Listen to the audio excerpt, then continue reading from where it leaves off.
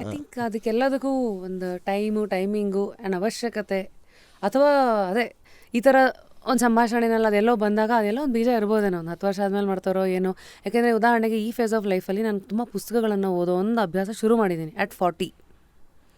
ನನಗೆ ಅನ್ಸುತ್ತೆ ಇವತ್ತು ಇಷ್ಟು ಓದಿದಾಗ ನನಗೆ ಗೊತ್ತಾಗತ್ತೆ, ನನಗಿನ್ನೂ ಗೊತ್ತಿಲ್ಲದಿರೋ ಎಷ್ಟೋ ವಿಚಾರಗಳು, ನೀವು ಸೆಲ್ಫ್ ಹೆಲ್ಪ್ ತೊಗೊಳ್ಳಿ, ಯಾವುದೇ ತೊಗೊಂಡ್ರು ಎಷ್ಟೊಂದಿದೆ. ಅಲ್ಲಿವರೆಗೂ ನಾವು ಯಾರ ಜೊತೆ ಓಡಾಡ್ತೀವಿ, ನಮಗೇನು ಹೇಳ್ಕೊಟ್ಟಿರ್ತಾರೆ, ನಾವೆಷ್ಟು ಜೀವನ ನೋಡಿರ್ತೀವಿ, ಇದಿಷ್ಟೇ ಸಿಲೆಬಸಲ್ಲಿ ಇಟ್ಕೊಂಡು ನಾವು ಮಿಕ್ಸಿ ಓಡಿಸ್ತಾ ಇರ್ತೀವಿ. ಯಾವಾಗ ನಾವು ಪುಸ್ತಕದ ಪ್ರಪಂಚಕ್ಕೆ ಓಡಾಡ್ತೀವಿ, ಅಥವಾ ದಿನ ಬೆಳಗಾದರೆ ನಮ್ಗೆ ಯಾರೋ ಸದ್ಗುರು ಸಿಗಲ್ಲ, ಅಥವಾ ಓಶೋ ಸಿಗಲ್ಲ ಅಲ್ವ, ಅಥವಾ ಮನ್ಸೂರವರು ಸಿಗದೇ ಇರ್ಬೋದು. ಅಂದರೆ ಪ್ರತಿಯೊಬ್ಬರಲ್ಲೂ ಕಲಿಯೋದು ಬೇರೆ ಇದೆ, ಬಟ್ ಆದ್ರೂ ನಿಮ್ಮಲ್ಲಿ ಒಂದೊಂದು ಆಚೆಗೆ ಎಳೆಯೋ ವಿಚಾರಗಳು ಹೆಂಗೆ ಅಷ್ಟೇ ಎಕ್ಸ್ಪೋಜರ್ ಸಿಗುತ್ತೆ. ಸೊ ಇದು ಯಾಕೆ ಹೇಳ್ತಾ ಇದ್ದೀನಿ ಅಂದರೆ, ಪುಸ್ತಕಗಳು ಇಷ್ಟು ಲೇಟಾಗಿ ಓದಕ್ಕೆ ಶುರು ಮಾಡೋದನ್ನಲ್ಲ ಅನ್ನೋದು ಕೊರಗೇನಿದೆ, ಅದೇ ಥರ ಫಿಲ್ಮ್ಸ್ ಕೊರಗೆ ಅವಶ್ಯಕತೆ ಇಲ್ಲ ಅಂತ ನನ್ನ ಒಪಿನಿಯನ್. ಯಾಕೆ ಅಂತ ಹೇಳ್ತೀನಿ, ರೀಸನ್ ಬೇರೆ ಇದೆ. ಯಾಕೆ ನಾವು ಚಿಕ್ಕ ವಯಸ್ಸಲ್ಲಿ ಎಷ್ಟೇ ಓದಿರ್ಲಿ, ನಮ್ಮ ಲೈಫ್ ಎಕ್ಸ್ಪೀರಿಯನ್ಸ್ ಇದೆಯಲ್ಲ, ನಾವು ಈಗ ಓದೋ ಅದು ಏನು ಅದರದ್ದು ವ್ಯಾಪ್ತಿನೇ ಬೇರೆ, ಅದು ನಮ್ಗೀಗ ಅರ್ಥ ಆಗೋ ರೀತಿನೇ ಬೇರೆ.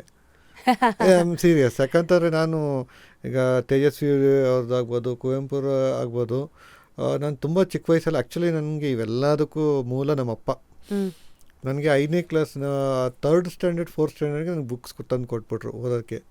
ಅಪ್ಪ ಒಂದು ಸ್ಟೇಟ್ ಗೌರ್ಮೆಂಟಿದು ಒಂದು ತುಂಬ ಸಣ್ಣ ಡಿಪಾರ್ಟ್ಮೆಂಟಿಗೆ ಕ್ಲೋಸ್ ಆಯ್ತದು, ವಯಸ್ಕರ ಶಿಕ್ಷಣ ಸಮಿತಿ ಅನ್ನೋದರಲ್ಲಿ ಅಟೆಂಡ್ರಾಗಿ ಕೆಲಸ ಮಾಡ್ತಾಯಿದ್ರು. ಸೊ ಅವ್ರಿಗೂ ಈ ಕಥೆ ಪುಸ್ತಕ ಎಲ್ಲ ಓದೋ ಹುಚ್ಚಿತ್ತು. ವಯಸ್ಕರ ಶಿಕ್ಷಣ ಸಮಿತಿ ಅಂದರೆ ಹಳ್ಳಿಗಳಲ್ಲಿರೋಂಥ ವಯಸ್ಕರಿಗೆ ಪ್ರತಿ ಡಿಸ್ಟಿಕ್ ಒಂದೊಂದು ವಿದ್ಯಾಪೀಠ ಅಂತ ಇತ್ತು.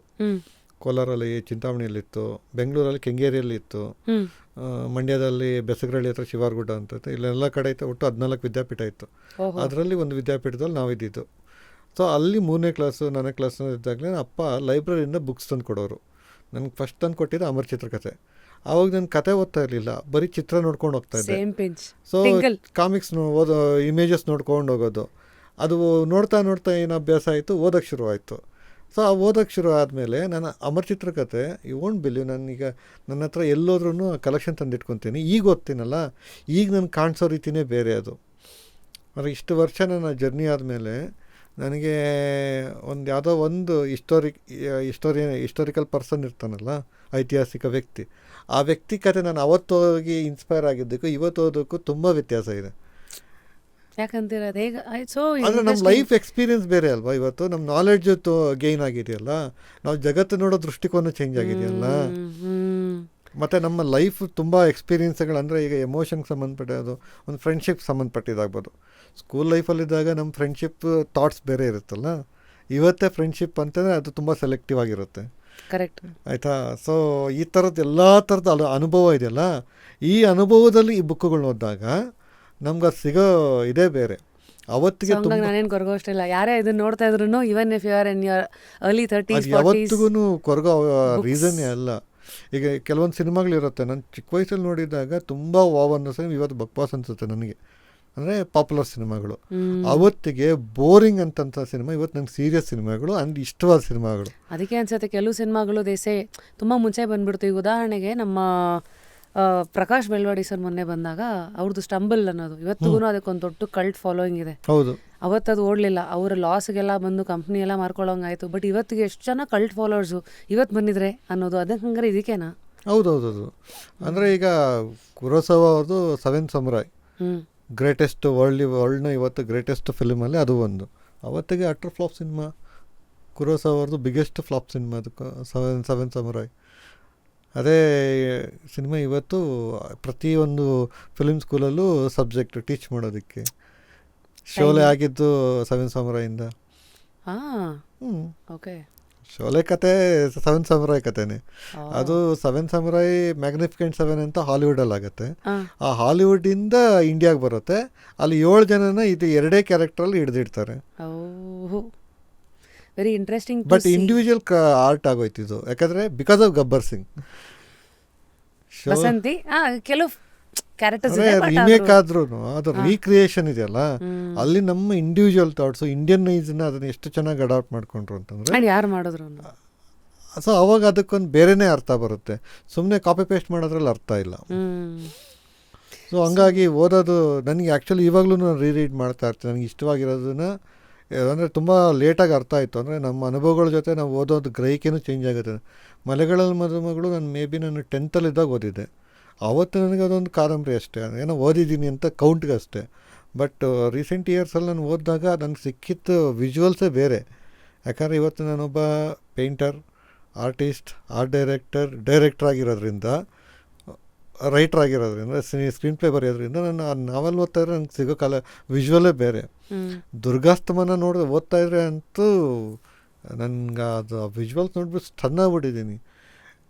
ಅದನ್ನು ಚಿಕ್ಕ ವಯಸ್ಸಲ್ಲಿ ಓದೋದು ಬೇರೆ, ಓದಿದ್ದೀನಲ್ಲ ಅವಾಗ ಇವಾಗ ಸಿಕ್ಕಾಪಟ್ಟೆ ಅಜಗಜಾಂತರ ವ್ಯತ್ಯಾಸ ಇದೆ. Interesting to know. ಹಂಗಿದ್ರೆ ಅದೇ ವಯಸ್ಸಾದಷ್ಟು ಅದು older the wine gets better ಅಂತಲ್ಲ, ಹಂಗೆ I think probably with life ಕೆಲವು ವಿಚಾರಗಳಲ್ಲಿ you look at it in a better perspective and you enjoy better ಅಂತ ಅನ್ಸುತ್ತೆ. ನೀವು ಹೇಳೋದು ಬ್ಲಾಕ್ ಆ್ಯಂಡ್ ವೈಟ್ ಸಿನಿಮಾಗಳನ್ನ ಚಿಕ್ಕ ವಯಸ್ಸಲ್ಲಿ ನೋಡಿರ್ತೀರ, ತುಂಬ ಬೋರಿಂಗ್ ಆಗಿರ್ತವೆ. ಅಂದರೆ DD1ನಲ್ಲಿ ಪ್ರತಿ ಭಾನುವಾರ ಮಧ್ಯಾಹ್ನದ ಹೊತ್ತು ಹಾಕೋರು. ಇವತ್ತಿಗೆ ಮಾಸ್ಟರ್ ಪೀಸ್ ಅಂತ ಏನಿದೆ ಅವೇ ಸಿನಿಮಾಗಳು. ಕಾಗಜ್ ಕೆ ಫೂಲ್ ಸಿನಿಮಾ ಅವತ್ತು ಚಿಕ್ಕ ವಯಸ್ಸಲ್ಲಿ DD1ನಲ್ಲಿ ಹಾಕಿದ್ರೆ ನಮ್ಗೆ ಏನಕ್ಕಾದ್ರೂ ಹಾಕೋರು, ಯಾವ್ದಾದ್ರು ಇವತ್ತಿನ ಹೀರೋದು ಅಂದರೆ ಆವತ್ತಿಗೆ ಯಾರು ಇದ್ರಲ್ಲಿ ಅಮೀರ್ ಖಾನ್ದ, ಶಾರುಖ್ ಖಾನ್ದ ಯಾರ್ದು ಹಾಕಿಲ್ವ ಅಂತ ಎಕ್ಸ್ಪೆಕ್ಟ್ ಮಾಡ್ತಾಯಿದ್ವಿ ಹಿಂದಿ ಸಿನಿಮಾಗಳಲ್ಲಿ. ಬಟ್ ಇವತ್ತಿಗೆ ನಮ್ಗೆ ಅಮೀರ್ ಖಾನು, ಶಾರುಖ್ ಖಾನ್ಗಿಂತ ಕಾಗಜ್ ಕೆ ಫೂಲ್ ಅನ್ನೋದು ತುಂಬ ಇಂಪಾರ್ಟೆಂಟ್ ಸಿನಿಮಾ ಆಗುತ್ತೆ. ಅದ್ರ ಫಿಲ್ಮ್ ಮೇಕಿಂಗ್ ಅಂತೂ ಅಮೇಝಿಂಗ್. ಅದು ಬ್ಲ್ಯಾಕ್ ಆ್ಯಂಡ್ ವೈಟಲ್ಲಿ ಆ ಕಲರ್ ಸ್ಕೀಮ್ನ ತಲೆ ಇಟ್ಕೊಂಡು, ಆ ಲೈಟ್ಸ್ ಇಟ್ಕೊಂಡು, ಲೈಟ್ ಆ್ಯಂಡ್ ಶಾಡೋ ಜೊತೆ ಪ್ಲೇ ಆಗೋದು. ವಿ ಕೆ ಮೂರ್ತಿ ಕನ್ನಡದವರು, ದಾದಾ ಸಾಹೇಬ್ ಫಾಲ್ಕೆ ವಿನ್ನರು ಕನ್ನಡದವರು, ಅದಕ್ಕೆ ಸಿನಿಮಾಟೋಗ್ರಾಫರು. ಸೊ ಇವೆಲ್ಲ ವಿಷಯಗಳೇನಾಗುತ್ತೆ ಅಂದರೆ ನಮಗೆ ಹೋಗ್ತಾ ನಾವು ಎಷ್ಟು ಇನ್ವಾಲ್ವ್ ಆಗ್ತೀವೋ ಅವತ್ತಿಗೆ ಬೋರ್ ಹೊಡೆದಿರೋದು ಇವತ್ತೆಲ್ಲ ಇಂಟ್ರೆಸ್ಟಿಂಗ್ ಆಗುತ್ತೆ. ಕಂಪ್ಲೀಟ್ ನಮ್ಮ ಪರ್ಸ್ಪೆಕ್ಟಿವೇ ಚೇಂಜ್ ಆಗಿಬಿಡುತ್ತೆ. ಇದಕ್ಕೆ ಒಂದು ಚಿಕ್ಕ ರೆಫರೆನ್ಸ್ ಕೊಡೋದಾದರೆ, ನಾನೀಗ ಮ್ಯಾನಿಫೆಸ್ಟ್ ಅಂತ ಒಂದು ಬುಕ್ ಓದ್ತಾ ಇದ್ದೀನಿ. ಅಗೇನ್ ಕಳೆದ ಎಪಿಸೋಡಲ್ಲೂ ಹೇಳ್ತೀನಿ, ರಾಕ್ಸಿ ನಫೂಸಿ ಅವ್ರದ್ದು. ಅವರು ಅಂದರೆ ನೀವು ಹೇಳಿದ್ದಕ್ಕೆ ಒಂದು ಮೆಟಫರ್ ಇದು. ಅವ್ರೇನು ಹೇಳ್ತಾರೆ, ಇಬ್ಬರು ಒಂದೇ ಹೋಟ್ಲಿಗೆ ಹೋಗ್ತಾರೆ. ಒಬ್ಬರು ಈ ಹೋಟೆಲಲ್ಲಿ ಪುಳಿಯೋಗರೆ ಸಕ್ಕತ್ತಾಗಿತ್ತು, ಅವ್ನು ವೇಟರ್ ನೋಡೋ ಹಿಂಗಿದ್ದ, ಅಲ್ಲಿ ಹಾಡು ಸಕ್ಕತ್ತಾಗಿತ್ತು ಅಂತಾನೆ. ಇವಾಗ ಇನ್ನೊಬ್ಬ ಏನೋ ಅಲ್ಲೇ ಚಟ್ನಿನಲ್ಲೇ ನೋಡಿದ್ರೆ ಹಳೆ ಕಾಯಿ ಇತ್ತು, ಅದು ಏನೋ ಟೇಬಲ್ ಸುತ್ತ ಎಲ್ಲ ನೊಣ ಇತ್ತು. ಇಬ್ಬರು ಹೋಗಿರೋದು ಅದೇ ಹೋಟ್ಲಿಗೆ, ಇಬ್ಬರದು ಸಿಚುವೇಶನ್ ಅದೇ, ಆದರೆ ಅವ್ರು ತೊಗೊಂಡಂಥ ಅನುಭವಗಳು ಮಾತ್ರ ಬೇರೆ ಬೇರೆ ಅನ್ನೋದಕ್ಕೆ. ಯಾಕಂತಂದರೆ ಒಂದು ನಾವು ನೋಡೋ ದೃಷ್ಟಿಕೋನ, ಎರಡನೇದು ದೃಷ್ಟಿಕೋನನ ಎಫೆಕ್ಟ್ ಮಾಡೋ ಒಂದಷ್ಟು ವಿಚಾರಗಳು. ಈಗ ನಮ್ಮ ಮೂಡ್ ಹೇಗಿತ್ತು ಅವತ್ತು, ಆ ಮೂಡಿಗೂ ಮುಂಚೆ ನಮ್ಮ ಅಬ್ರಿಂಗಿಂಗ್ ಏನೇನೋ ಕಟ್ತಾರೆ. ಅಂದರೆ ಇದು ನೀವು ಒಂದು ಹೇಳ್ತಾ ಹೋದ್ರಿ, ಬ್ಲ್ಯಾಕ್ ಆ್ಯಂಡ್ ವೈಟ್ ಸಿನಿಮಾ ಅಂದರೆ ವಿ ಮನ್ಸೂರಿ ಅವ್ರು ನೋಡೋದು ಯಾವತ್ತಿನ ಲೈಟಿಂಗ್ ಜೊತೆಗೆ ಹೆಂಗೆ ಆಟ ಆಡ್ತಾಯಿದ್ರು. ಬಿಕಾಸ್ ಇವರ ಆರ್ಟ್ ಡೈರೆಕ್ಟರ್ನು ಪ್ಲಸ್ ಅ ಡೈರೆಕ್ಟರ್, ನಿಮಗೆ ಅದು ಸಡನ್ನಾಗಿ ಹಿಂಗೆ ಅನ್ನತ್ತೆ. ಐ ಥಿಂಕ್ ನನ್ನ ಪ್ರಶ್ನೆ ಹಂಗಿದ್ರೆ, ಇಷ್ಟೆಲ್ಲ ಒಂದು ಆಡಿಯನ್ಸು ಒಂದು ಸ್ಕ್ರೀನನ್ನು ಅಥವಾ ಒಂದು ಸಬ್ಜೆಕ್ಟನ್ನು 100 ಜನ ಬೇರೆ ಥರ ನೋಡ್ತಾರೆ ಅಂದಾಗ, ಅಷ್ಟು 100 ಜನಕ್ಕೂ ಒಂದು ಸಿನಿಮಾ ನೀವು ಮಾಡಬೇಕು. ಆವಾಗ ನಿಮಗೆ ಬರೋ ಚಾಲೆಂಜಸ್ ಏನು, ನೀವು ಹಾಕೋ ಲೆಕ್ಕಾಚಾರಗಳೇನು ಅನ್ನೋ ನನ್ನ ಕ್ಯೂರಿಯಾಸಿಟಿ. ಅಲ್ಲ, ಈಗ ನಾನು ಅದನ್ನು ಆಡಿಯನ್ಸ್ ಆಗಿ ಇದನ್ನು ಅಬ್ಸರ್ವ್ ಮಾಡಿದ್ದೀನಿ. ಪ್ರತಿಯೊಬ್ಬರು ಒಂದೊಂದು ಥಾಟ್ಸಲ್ಲಿ ಬರ್ತಾರೆ. ಒಂದೊಂದು ಬೆಳಗ್ಗೆ ಎದ್ದ ತಕ್ಷಣ ಎಲ್ಲರ ಮೂಡು ಒಂದೇ ಥರ ಇರಲ್ಲ, ಎಲ್ಲ ಬೇರೆ ಬೇರೆ ಮೂಡಲ್ಲಿ ಬರ್ತಾರೆ. ಬೆಳಗ್ಗೆ ಒಳ್ಳೆ ಮೂಡಿಂದ ಹೊರಟ್ರು ಟ್ರಾಫಿಕಲ್ಲಿ ಬೇರೆ ಬೇರೆ ಎಕ್ಸ್ಪೀರಿಯನ್ಸ್ ಆಗಿರುತ್ತೆ. ಪಾರ್ಕಿಂಗ್ ಒಂದು ಜೊತೆ ಜಗಳ ಆಗಿರುತ್ತೆ, ಅಲ್ಲಿ ಸೆಕ್ಯೂರಿಟಿ ಜೊತೆ ಒಂದು ಏನೋ ಕಿರಿಕಾಗಿರುತ್ತೆ. ಇದೆಲ್ಲ ಇಟ್ಕೊಂಡು ಬರೋವಂಗೆ ನಾನು ನನ್ನ ಸಿನಿಮಾ ಮಾಡೋವಾಗ ನಾನು ನನ್ನ ಸಿನಿಮಾನ ಮಲ್ಟಿಪಲ್ ಲೇಯರಲ್ಲಿ ಕಟ್ತೀನಿ. ಆದರೆ ಅದು ಯಾವುದೂ ಕಣ್ಣಿಗೆ ಕಾಣಿಸಲ್ಲ, ನಾನು ಒತ್ತಿ ಹೇಳಲ್ಲ, ಮೆಟಾಫರ್ಸ್ನೆಲ್ಲೂ ಒತ್ತಿ ಹೇಳಲ್ಲ. ಅದು ರೀಡಲ್ಲೇ ಸಿಗಬೇಕು. ಫಸ್ಟು ನನ್ನ ಥಾಟ್ ಏನಂದರೆ, ಒಂದು ಸಿನಿಮಾಗೆ ಎಂಟ್ರ್ ಆದಮೇಲೆ 4 ಗೋಡೆ ಮಧ್ಯೆ ಒಂದು ಡಾರ್ಕ್ ರೂಮ್ ಒಳಗಡೆ ಎಂಟ್ರಾದರೆ ಅವನು ಆ ಕತೆ ಜೊತೆ ಟ್ರಾವೆಲ್ ಆಗಬೇಕು. ನಾನೊಂದು ಕತೆ ಹೇಳ್ತಾ ಇದ್ದೀನಿ, ಆ ಕತೆ ಜೊತೆ ಟ್ರಾವೆಲ್ ಆಗಬೇಕು. ಕತೆ ಜೊತೆ ಟ್ರಾವೆಲ್ ಆಗಿ ನಾನು ಎಷ್ಟು ಅವನ್ನ ನನ್ನ ಜಗತ್ತೊಳಗಡೆ ಕರ್ಕೊಂಬರ್ತೀನಿ. ಹರಿವಲ್ಲಿ ನಾನು ಶರಣಪ್ಪನ ಲೈಫ್ಗೆ ಆಡಿಯನ್ಸ್ನ ಕನೆಕ್ಟ್ ಮಾಡಿಕೊಂಡ್ರೆ ಶರಣಪ್ಪನ ಲೈಫ್ ಜೊತೆ ಅವ್ನು ಟ್ರಾವೆಲ್ ಆಗಬೇಕು.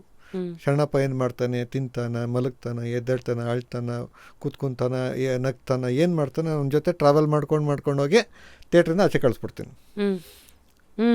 ನಾತಿಚರ ಮೇಲೆ ಬಂದರೆ ಗೌರಿ ಲೈಫಲ್ಲಿ ಆಡಿಯನ್ಸ್ನ ಕನೆಕ್ಟ್ ಮಾಡಬೇಕು. ಗೌರಿ ಏನು ಮಾಡ್ತಾಳೆ, ಅವಳ ಆಯ್ಕೆ ಏನು, ಅವಳ ಜಗಳ ಏನು ಮಾಡ್ತಾಳೆ. ಸೊ ಈ ಥರದ ಇದರಲ್ಲಿ ಆ್ಯಕ್ಟ್ 1978 ಗೀತಾ ಪಾತ್ರ, ಈ ಥರದ ಮೇಯ್ನ್ ಪ್ರೊಟಾಗನಿಸ್ಟ್ ಜೊತೆ ಆಡಿಯನ್ಸ್ನ ಕನೆಕ್ಟ್ ಮಾಡಿ ಆ ಟ್ರಾವೆಲ್ ಮಾಡಿಸ್ಕೊಂಡೋಗಿ ಆಚೆ ಕಳಿಸಿದ್ರೆ ನಾನು ಸಕ್ಸಸ್ ಆದಾಗೆ. ಸೆಕೆಂಡ್ ಪಾಯಿಂಟ್, ಅವ್ನು ಇಷ್ಟ ಆಯಿತು ಅಂತಂದರೆ ಅವತ್ತು ಅವ್ನಿಗೆ ಕ್ವಶನ್ ಬರುತ್ತೆ, ನನಗೆ ಯಾಕೆ ಇಷ್ಟ ಆಯಿತು ಅಂತ. ಆವಾಗ ಅವ್ನು ಬಂದಾಗ ಅವ್ನು ಮತ್ತೆ ಕತೆ ಒಳಗಡೆ ಈ ಡೀಟೇಲ್ಸಿಂಗ್ ಚೆಕ್ ಮಾಡ್ತಾನೆ. ನನಗೆ ಗೀತಾ ಯಾಕೆ ಇಷ್ಟ ಆದಲು, ಬಿಕಾಸ್ ಆಫ್ ಕರಪ್ಷನ್ ಅನ್ನೋ ಇಂಪಾರ್ಟೆಂಟ್ ಪಾಯಿಂಟ್ ಇದೆ. ನಾನು ಕರಪ್ಷನಿಂದ ಸಫರ್ ಆಗಿದ್ದೀನಿ, somewhere you immediately ರಿಲೇಟ್ ಆಗಿದೆ, ಅದಕ್ಕೆ ಹುಡುಕ್ತೀನಿ. ಹೌದಾ, ಇದನ್ನು ಹೇಗೆ ಮಾಡಿದ್ದಾರೆ ಸಿನಿಮಾ? ಒಂದೇ ಲೊಕೇಶನಲ್ಲಿ ಆಲ್ಮೋಸ್ಟ್ 80% ಸಿನಿಮಾ ಇದೆ. ಆದರೆ ನನಗೆ ಎಲ್ಲೂ ಒಂದೇ ಲೊಕೇಶನ್ ಅನ್ನಿಸ್ತಾ ಇಲ್ಲ. ಒಂದು ಗೌರ್ಮೆಂಟ್ ಆಫೀಸಲ್ಲೇ ನಡೆಯುತ್ತೆ. Government office, not police station. Okay, so ಹರಿವು ಏನಕ್ಕೆ ಇಷ್ಟ ಆಗುತ್ತೆ? ಕಾರಲ್ಲೇ ಇಡೀ ಜರ್ನಿಯಲ್ಲಿ ಅವ್ನು ಟ್ರಾವೆಲ್ ಮುಂದಕ್ಕೆ ಹೋಗ್ತಾ ಇದೆ, ಬಟ್ ಅವ್ನ ಮೆಮೊರೀಸ್ ಎಲ್ಲ ಹಿಂದಕ್ಕೆ ಹೋಗ್ತಾ ಇದೆ. ಇಡೀ ಸಿನಿಮಾ ಹೇಗೆ ಅಂತಂದರೆ ಆಪೋಸಿಟ್ ಡೈರೆಕ್ಷನಲ್ಲಿ ಹೋಗ್ತಾ ಇರುತ್ತೆ. ವ್ಯಕ್ತಿ ಟ್ರಾವೆಲಿಂಗಲ್ಲಿ ಬೆಂಗಳೂರಿಂದ ಊರ ಕಡೆ ಹೋಗ್ತಾ ಇರ್ತಾನೆ ಹರಿವಲ್ಲಿ, ಬಟ್ ಅವ್ನ ಥಾಟ್ಸ್ ಎಲ್ಲ ಹಿಂದಕ್ಕೆ ಅವ್ನ ಮಗನ ಜೊತೆ ಇರೋವಂಥ ರಿಲೇಷನ್ಶಿಪ್ ಬಗ್ಗೆ ಹೇಳ್ತಾ ಹೋಗ್ತಾನೆ. ಅವೆರಡು ಕರೆಕ್ಟಾಗಿ ಬಂದ್ಬಿಟ್ಟು ಪ್ರೀ ಕ್ಲೈಮ್ಯಾಕ್ಸಲ್ಲಿ ಜಾಯ್ನ್ ಆಗುತ್ತೆ. ಪಾಸ್ಟ್ ಆ್ಯಂಡ್ ಪ್ರೆಸೆಂಟು ಜಾಯ್ನ್ ಆಗಿ ಫ್ಯೂಚರ್ ಕಡೆ ಟ್ರಾವೆಲ್ ಆಗುತ್ತೆ. ಸೊ ಈ ಥರದ ಒಂದು ಸ್ಕ್ರೀನ್ ಪ್ಲೇ ಎಕ್ಸ್ಪರಿಮೆಂಟ್ಸು, ಸೊ ಇವೆಲ್ಲನೂ ಆಮೇಲೆ ರೀರೀಡಿಗಲ್ಲಿ ಸಿಗಬೇಕು. ನೀವು ಫಸ್ಟ್ ಸಿನಿಮಾ ನೋಡೋವಾಗ ಅವನಿಗೆ ನನ್ನ ಪ್ರಕಾರ ಒಂದು ಒಳ್ಳೆ ಸಿನಿಮಾ ಯಾವುದು ಅಂತಂದರೆ ಟೆಕ್ನಿಕ್ಯಾಲಿಟಿ ಕಾಣಿಸ್ಬಾರ್ದು, ಸೌಂಡ್ ಕೇಳಿಸ್ಬಾರ್ದು, ಒಂದು ಅದ್ಭುತವಾದ ಆ್ಯಕ್ಟಿಂಗ್ ಕಾಣಿಸ್ಬಾರ್ದು ಆ್ಯಕ್ಟ್ರದು. ಓಕೆ, ಏಯ್ಟಿಂಗ್ ಕಟ್ಸ್ ಗೊತ್ತಾಗಬಾರ್ದು, ಕ್ಯಾಮ್ರಾ ಶಾಟ್ಸ್ ಗೊತ್ತಾಗಬಾರ್ದು. ಏನೇ ಇದ್ರೂ ನಾನು ಕ್ರಿಯೇಟ್ ಮಾಡೋ ಒಂದು ಊರಷ್ಟೇ ಆ ಎನ್ವಿರಾನ್ಮೆಂಟಲ್ಲಿ ಅವ್ನು ಟ್ರಾವೆಲ್ ಮಾಡಿಬಿಡ್ಬೇಕು. ಎಲ್ಲ ಅಂಶಗಳು ಬೆರ್ತೋಗ್ಬಿಡ್ಬೇಕು, ಈಕ್ವಲ್ ಆಗಿ ಬ್ಲೆಂಡ್ ಆಗಿರಬೇಕು. ಅಲ್ಲಿ ಅವನು ಟೆಕ್ನಿಕಾಲಿಟಿ ಅಂದರೆ ಅವ್ನು ಸಿನಿಮಾ ನೋಡ್ಕೊಬಂದ ಒಬ್ಬ ಆಡಿಯನ್ಸು ಅವ್ನ ಪರ್ಫಾರ್ಮೆನ್ಸ್ ಏನು ಸಖತ್ತಾಗಿತ್ತು ಅಂತಾರೆ, ಅವ್ನ ಕಥೆಯ ಜೊತೆ ಟ್ರಾವೆಲ್ ಮಾಡಿಲ್ಲ. ಸಾಂಗ್ ಸಖತ್ತಾಗಿತ್ತು, ಮ್ಯೂಸಿಕ್ ಸಖತ್ತಾಗಿ ಕೇಳಿಸ್ತು ಅಂತಂದರೆ ಅವ್ನು ಟೆಕ್ನಿಕಲಾಗಿ ಯೋಚನೆ ಅವನ್ನ ಆಚೆ ಹೋಗಿದ್ದಾನೆ ಹೊರತು ಕತೆ ಜೊತೆ ಟ್ರಾವೆಲ್ ಮಾಡಿಲ್ಲ. ನಾನು ಕ್ರಿಯೇಟ್ ಮಾಡಿದ ವರ್ಲ್ಡ್ಗೆ ಅವ್ನು ಎಂಟ್ರಿ ಆಗಿಲ್ಲ ಅಂತ. ಸೊ ಅಲ್ಲಿ ನಾನು ಬಿದ್ದೋದೆ ಆ ಆಡಿಯನ್ಸ್ ಪಾಯಿಂಟ್ ಆಫ್ ವ್ಯೂ ಅಲ್ಲಿ. ಸೊ ನಾನು ಆ ಟ್ರಾವೆಲ್ ಮಾಡಿಸಿದ್ರೆ ಮಾತ್ರ ಅವನು ಆ ಜಗತ್ತಿಗೆ ಎಂಟ್ರಿ ಆಗಬೇಕು.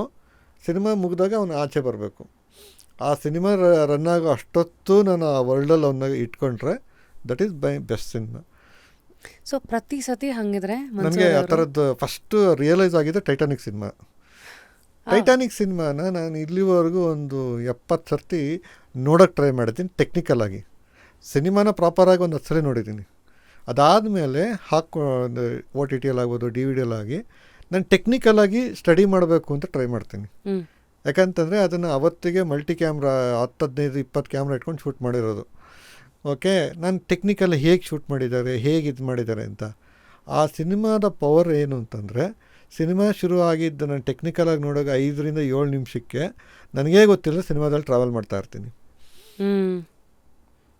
ನೀವೇ you start living those characters, right? ಭೂತಯ್ಯನ ಮಗ ಅಯ್ಯು ನಾನು ಅವತ್ತು ಸಿದ್ಲಿಂಗಯ್ಯ ಅವ್ರ ಸಿನಿಮಾ ನನ್ನ ಕನ್ನಡದ one of the best and great movie ನನಗದು. ಅದೂ ಅಷ್ಟೇ ಶುರು ಮಾಡಿದಾಗ ನಾನು ಟೆಕ್ನಿಕಲಾಗಿ ಶುರು ಮಾಡ್ತೀನಿ. ಅಂದರೆ ನಮ್ಮಲ್ಲಿರುವಂಥ ಲಿಮಿಟೆಡ್ ಸೋರ್ಸಲ್ಲಿ, ಅಂದರೆ ಕನ್ನಡಕ್ಕೆ ಅವತ್ತೂ ಲಿಮಿಟೆಡ್ ಸೋರ್ಸೇ. ಇವತ್ತಿಗೆ ಒಂದು ದೊಡ್ಡ ಬಡ್ಜೆಟು ಒಂದು ಕೆಲವ್ರಿಗೆ ಮಾತ್ರ ಸಿಗ್ತಾಯಿದೆ ಹೊರತು ಇವತ್ತಿಗೂ ಮ್ಯಾಕ್ಸಿಮಮ್ ಫಿಲ್ಮ್ ಮೇಕರ್ಸು ಲಿಮಿಟೆಡಲ್ಲೇ ಸ್ಟ್ರಗಲ್ ಮಾಡ್ತಾ ಇರೋದು. ಅವತ್ತಿಗೆ ಲಿಮಿಟೆಡಲ್ಲಿ ಆ ಸಿನಿಮಾನ ಹೇಗೆ ಮಾಡಿದ್ದಾರೆ ಅಂತ ನೋಡೋಕ್ಕೆ ಟ್ರೈ ಮಾಡ್ತೀನಿ. ಅದು ನೋಡ್ತಾ ನನಗೆ ಗೊತ್ತಿಲ್ಲ ಟ್ರಾವೆಲ್ ಮಾಡೋಕ್ಕೆ ಶುರು ಮಾಡ್ತೀನಿ. ಅಯ್ಯೋ ಜೊತೆ ಟ್ರಾವೆಲ್ ಮಾಡೋಕ್ಕೆ ಶುರು ಮಾಡ್ತೀನಿ. ಲೋಕೇಶ್ ಪಾತ್ರ ಜೊತೆ ಹೆಂಗೆ ಕನೆಕ್ಟ್ ಆಗ್ಬಿಡ್ತೀನಿ ಅಂತಂದರೆ ನಾನು ಆಚೆ ಆ ಟೆಕ್ನಿಕಲಾಗಿ ನೋಡೋದೇ ಬಿಟ್ಬಿಡ್ತಾನೆ. ಶಾರ್ಟ್ ಎಲ್ಲಿ ಇಟ್ಟಿದ್ದಾರೆ, ಕ್ರೇನ್ ಹಾಕಿದ್ರ, ಟ್ರಾಲಿ ಹಾಕಿದ್ರ ನೋಡೋಕ್ಕಾಗೋದೇ ಇಲ್ಲ ನನಗೆ. ಅದೇ ಥರದ ಕನ್ನಡದ ಇನ್ನೊಂದು ಬೆಸ್ಟ್ ಸಿನಿಮಾ ನನಗೆ ಅನ್ಸೋದು ಬಂಗಾರದ ಮನುಷ್ಯ, ಅದೇ ಸಿದ್ಲಿಂಗಯ್ಯ ಅವ್ರದ್ದು. ಅದು ಬಿಟ್ಟರೆ ನೆಕ್ಸ್ಟು ವಿಜುವಲಿ ಸ್ಟನ್ನಿಂಗ್ ಅನ್ಸೋದು ಇದು ಸಾಕ್ಷಾತ್ಕಾರ ಕಣಗಾಲ್ ಅವ್ರದ್ದು. ಸೊ ಅಂದರೆ ಈ ಸಿನಿಮಾಗಳನ್ನ ನಾನು ರೀರೀಡ್ ಮಾಡೋಕ್ಕೆ ಶುರು ಮಾಡಿದಾಗೆಲ್ಲ ನನಗೆ ಅದು ಎಷ್ಟು ಇದಾಗತ್ತೆ ಅಂತಾರೆ. ಮತ್ತು ತುಂಬ ಒಂದು ಸಿನಿಮಾ ಹೇಳ್ತೀನಿ, ಗೌರಿ ಗಣೇಶ ಅಂತ ಸಿನಿಮಾ. ಆ ಟೆಕ್ನಿಕಲ್ ನೋಡೋಕ್ಕೆ ಸಾಧ್ಯನೇ ಇಲ್ಲ. ನೀವು ಲಂಬೋದ್ರ ಆ ಕ್ಯಾರೆಕ್ಟರ್ ಜೊತೆ ಹೇಗೆ ಹೋಗ್ತೀರಾ ಅಂತಂದರೆ ನೀವು ಎಂಜಾಯ್ ಮಾಡ್ತಾ ಇರ್ತೀರ. ಅಂದರೆ ನಿಮ್ಗೆ ಗೊತ್ತಿಲ್ದೇ ವರ್ಲ್ಡ್ಗೆ ಹೋಗ್ಬಿಡ್ತಾರೆ. ಟೆಕ್ನಿಕಲ್ ಅಂದರೆ ಅದು ಪವರ್ಫುಲ್ ಸಿನಿಮಾ ಅಂತ. ಟೆಕ್ನಿಕಲ್ ಅನ್ನೋದು ಫಿಲ್ಮ್ ಮೇಕರ್ಗೆ ಅಷ್ಟೇ important, not for the audience. ಅಂದರೆ ಈಗ ನಾನು ಟೆಕ್ನಿಷಿಯನ್ ಆಗಿ ಸಿನಿಮಾ ನೋಡಿದ್ರೆ ನನಗೆ ಮಾತ್ರ ಇಂಪಾರ್ಟೆಂಟ್ ಆಯಿತು, ಆಡಿಯನ್ಸ್ಗಲ್ಲ. ಹೌದು, ಆಡಿಯನ್ಸ್ಗೆ ಹೋಗ್ಬಿಟ್ಟು ನಾನು ಇಷ್ಟು ಇನ್ಸ್ಟ್ರೂಮೆಂಟ್ ಹೊಡೆದು ಮ್ಯೂಸಿಕ್ ಮಾಡಿದ್ದೀನಿ ಕೇಳಿಸ್ಕೊಳ್ಳಿ, ನೋ.